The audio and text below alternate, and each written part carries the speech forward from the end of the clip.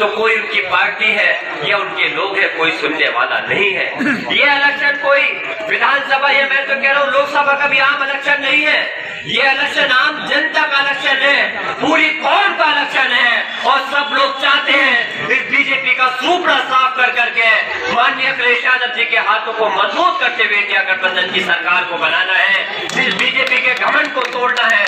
मैं अपनी बात खत्म कर रहा हूँ और याद रखना, जो कुर्बानी, जो परेशानी इस बीजेपी के टाइम में हुई है वो आपको ज्यादा बताने की जरूरत नहीं है। चाहे आजम खान साहब को जेल में डालकर, उनके पूरे परिवार को जेल में डालकर जो किया गया है, चाहे हमारे शाहबुद्दीन साहब हो, अतीक अहमद साहब हो, मुख्तार अंसारी साहब हो, जो उनके साथ में जो सूरत हाल हुई है कोई उनको भूल नहीं सकता।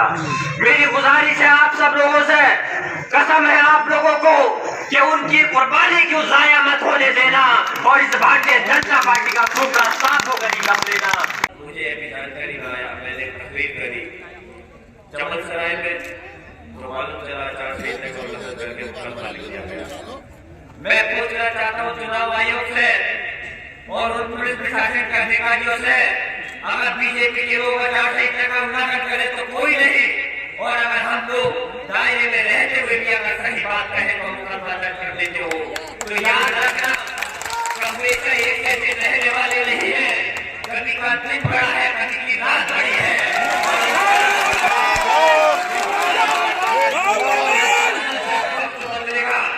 तो याद रखना, भूलने के नहीं उन चीजों को जो हमारे करते हो याद रखेंगे।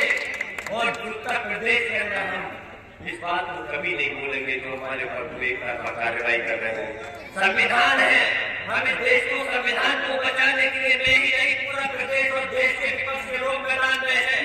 हम चाहते हैं संविधान की रक्षा होनी चाहिए। इस संविधान का जरिया ये जो आज आप और हम लोग वोट दे रहे हैं, ये संविधान की देन है जो आज आप हम लोग पिंपरी विधानसभा या लोकसभा का इलेक्शन लड़ रहे हैं। लेकिन ये सरकार हमें दबाना चाहती है, इसकी मंशा ऐसी लगती है कि संविधान में बदलाव करना चाहते हैं। जो 400 पार का नारा दे रहे थे चुनाव शुरू होने से पहले, कहते थे 400 से ज्यादा हम सीटें जीतेंगे, लेकिन याद रखिए कि जब पहला चरण आया, जिस सीटों में बीजेपी मजबूत थी उन सीटों में भी अल्लाह की तरफ से समाजवादी और इंडिया गठबंधन जीत रहा है। और कोई आंधी शुरू हुई है, इंशाअल्लाह ये आंधी आखिरी चरण तक नहीं रुकने वाली, और ये आंधी तभी रुकेगी जब बीजेपी की सरकार का यहाँ से हाथ होगा। ये इत्तेहाद करेंगे, एक इनकलाब लाएंगे, और इसके अलावा इनकलाब के जरिए हम पूरे के पूरे हमने इस वोट को बचाने के लिए जो हमारी बीजेपी हमारी नस्ल को खत्म करना चाहती है, हमारी क़यादत सियासत को खत्म करना चाहती है। क्या गलत कहा मैंने?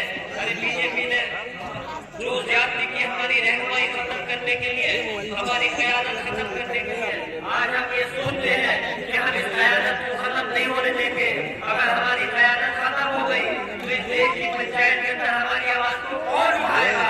हम इंशाअल्लाह ताला इसकी पूरी मजबूती के साथ करेंगे। अगर कामयाब हो तो आप लोगों की मजबूती के लिए आप लोग याद रखना, इस बीजेपी की सरकार ने जो इस वक्त उत्तर प्रदेश की 7 साल की जो प्रदेश में हुकूमत ने 10 साल की केंद्र हुकूमत थी, जो हमारे पर ज्यादती की है, हम उसको भूल नहीं सकते। बस मैं यही कहूँगा अपने बुजुर्ग नौजवान साथी से, कोई भी किसी भी जाति से ताल्लुक रखता है वो मेरा भाई है, चाचा है, ताया है।